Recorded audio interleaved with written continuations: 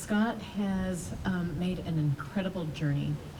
He is the founder of an incredible bicycle trek that is called Remember the Wounded. And Scott is raising money and awareness for wounded warriors. Now, last year, Scott started this trek in May, and he traveled through November, traveled over 8,000 miles across the United States. This year, he started in April, and he will go through September. His goal is to go through all 48 states in the continental United States, and his whole purpose is to raise awareness for wounded warriors. Now, being the Commissioner of Veterans Affairs, I love hearing stories about our soldiers, our Marines, airmen, and sailors, and finding out what they have done in their military service.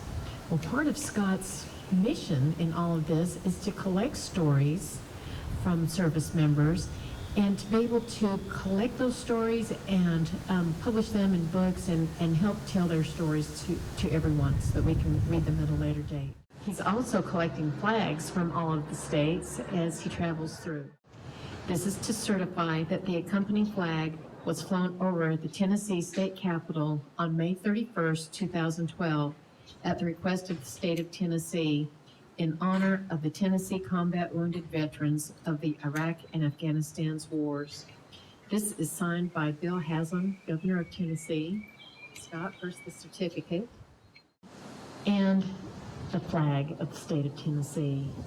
As you're making your ride through our state, I know you're collecting these flags from all the states, but I want you to know that the veterans, the service members, and the citizens of Tennessee are with you as you make this ride.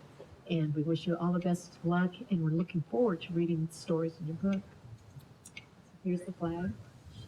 Wow. This is my coin, the Tennessee Department of Veterans Affairs, and I give this coin out just to recognize excellence in the people that I see that are making a difference in veterans' lives. So as I present this to you, it is with the deepest gratitude, and I wish you all the best in everything that you do. So far, this is my 38th state capital. I've ridden over 7,000 miles now. This year I started on April 28th from Kent Island, Maryland, and I've hit Virginia, North Carolina, South Carolina, Georgia, Florida, Alabama, Tennessee, and here I am today. What an honor and a privilege it is to receive the state flag. Our combat wounded veterans and their families deserve so much thanks and gratitude that it's just hard to even explain. Our organization is set up to help those in need, those that need assistance.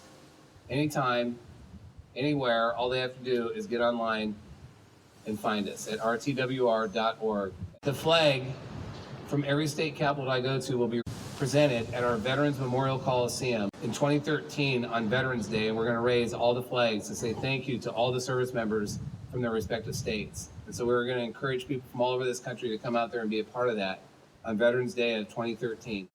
I have written a book, and the book is out right now.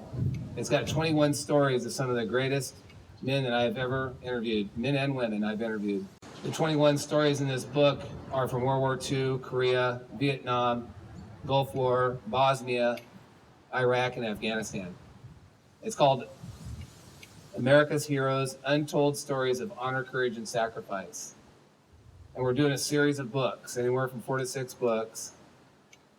And it's going to be our goal and our mission to get those books into every school and library in this country so our children never forget the cost of freedom. From here, the next state will be Arkansas. I've got, I think, 10 more state capitals to hit before I get back home. I can't ride on any interstates. Everything I do is on back roads. So when I travel down these back roads, I just, I have an American flag and a Marine Corps flag on my bicycle. My bicycle is about 12 feet long with the trailer, and it weighs, with myself and all my gear, about 350 pounds. So I encourage Lance Armstrong to come on out and ride it for me. I want to see how he does with it. But I can tell you, the people of the South, all the southern states, the most generous people, the kindest people. I don't think I've ran into any mean people. It's just wonderful. And the hospitality that's shown here is just absolutely fantastic. The biggest challenge would probably be the loneliness, being out there by myself. I'm doing this totally unassisted. I don't have a support vehicle. Doing this on my own without somebody being there to watch my back.